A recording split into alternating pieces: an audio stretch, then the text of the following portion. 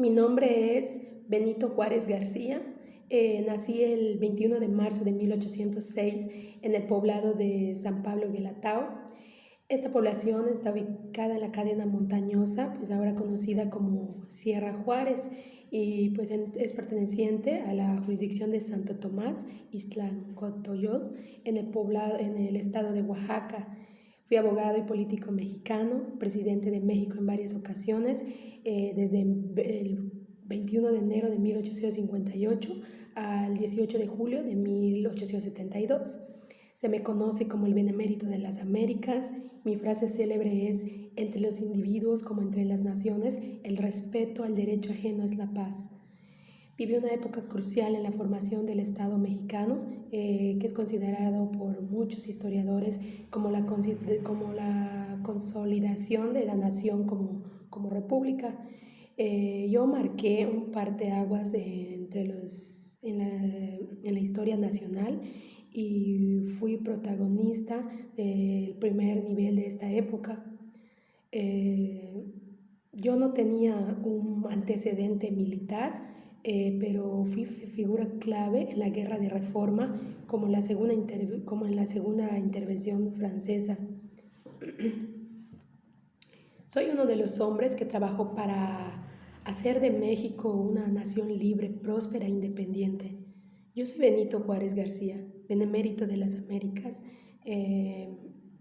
Siempre defendí la igualdad, la libertad, la legalidad, la democracia, y por eso pues hoy debemos sentirnos orgullosos y pues por qué no festejar el legado que yo dejé, que es la educación. Entre otras de mis grandes antecedentes, tengo que legislé para la educación de los y las mexicanas, que esta fuera gratuita, obligatoria y laica. Y después de esto fundé la Escuela Nacional Preparatoria, pues con el objetivo de eliminar la educación religiosa para nada más basarla en la ciencia. El ingreso a dicha escuela pues no era libre. ¿A qué me refería con esto? A que si era libre, pues cualquier clase social podía ingresar en ella. Yo me considero el primer presidente indígena de este país. Tengo esta ilustre estadística. Yo me considero innovador de los derechos de las mujeres y siempre tuve esta preocupación por la educación. Y en cuanto a la instrucción, yo opino que es la base de la prosperidad de un pueblo y a la vez es el medio más seguro para hacer posibles los abusos del poder que existe hace años y actualmente en el país. La importancia de la educación para nuestra nación sea libre, democrática e independiente, pues va a consistir en que a través de ella todas y todos tenemos una mayor posibilidad de tomar decisiones acertadas a la hora de elegir, ya que se pueden tomar en cuenta más elementos dentro del análisis, es decir, con educación tendremos ciudadanos más libres. No todo era bueno, yo pasé momentos desagradables, momentos de orfandad, sufrí carencias, la diferencia de mi idioma y principalmente el origen indígena que conlleva esto, cargarlo en estas épocas. Pero esto, en lugar de hundirme, esto me hizo un hombre decidido a luchar por la igualdad de los derechos de todos los mexicanos, incluyendo también a las mujeres. Y pues sobre ellas pienso que para formar a la mujer, con todas las recomendaciones que exige su elevada misión, pues es formar el germen de regeneración y mejoramiento social. Por eso pues yo creo que deberíamos tener especial cuidado en saber educar a la mujer.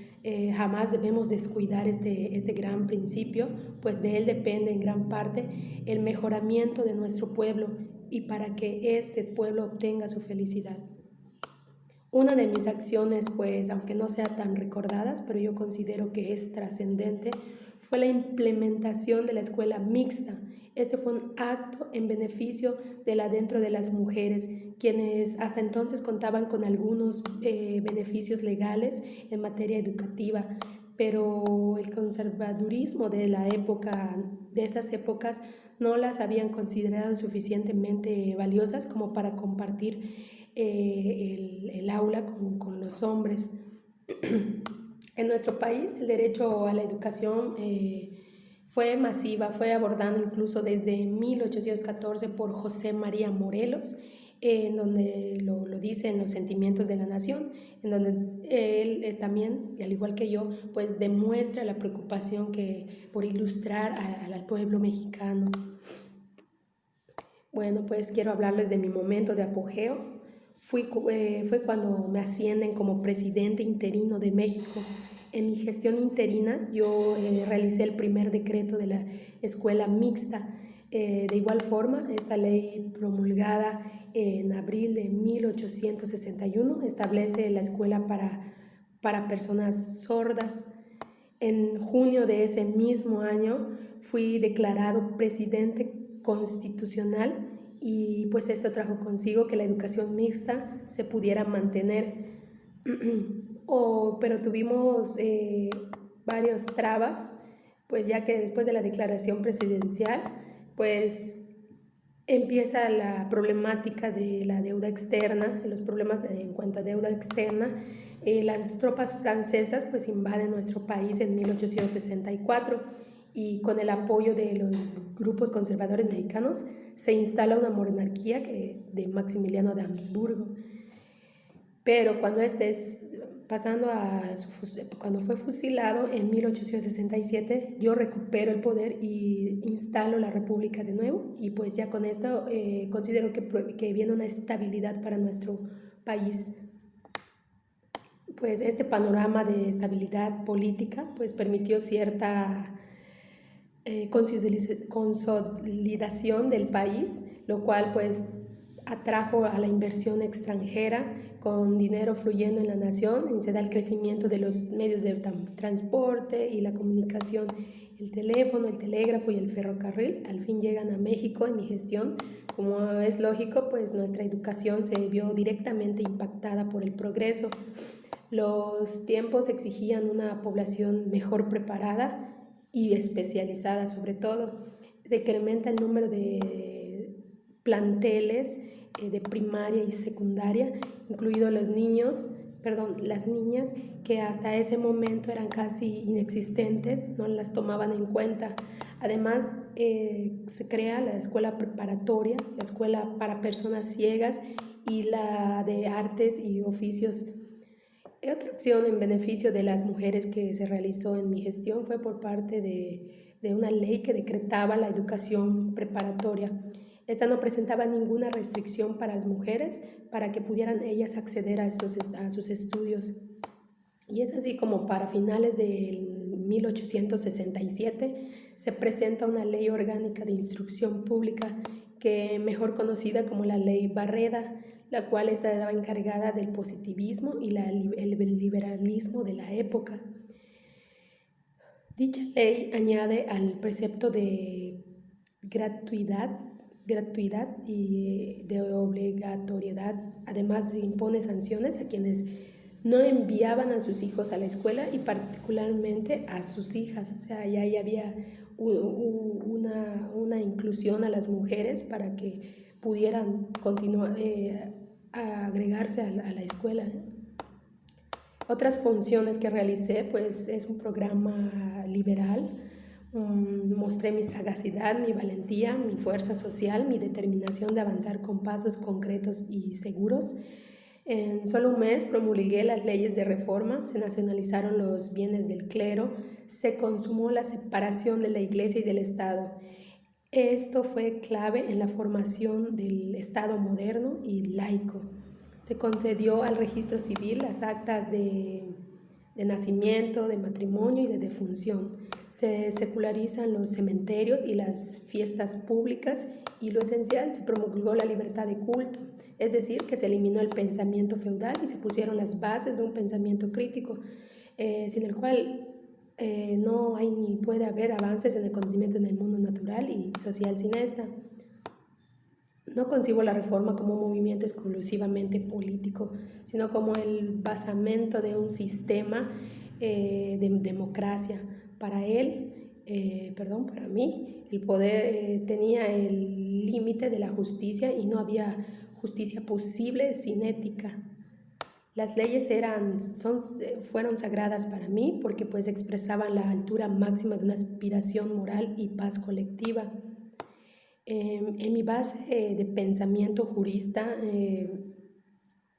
se trataba de que es un concepto ético con la conducta personal del gobernante y en los actos de los órganos gubernamentativos.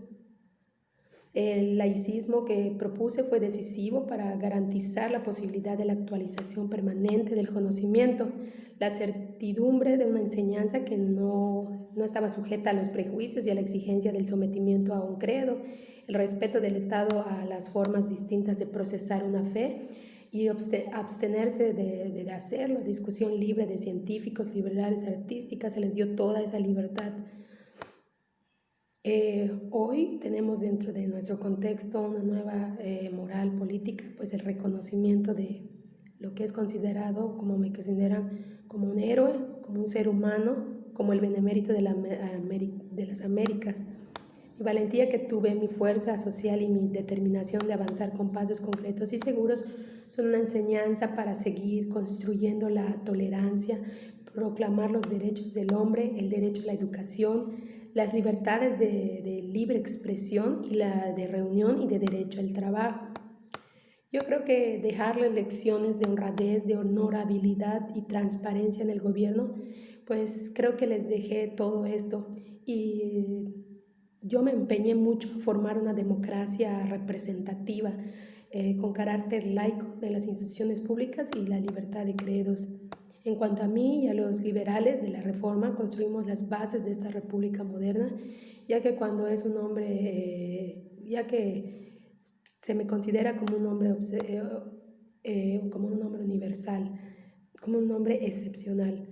Han transcurrido 202 años desde que nací, y al escuchar mi nombre, los mexicanos y las mexicanas lo interpretan, quiero pensar que lo interpretan con honor, dignidad, igualdad, tenacidad, así como con respeto y orgullo por ser compatriotas.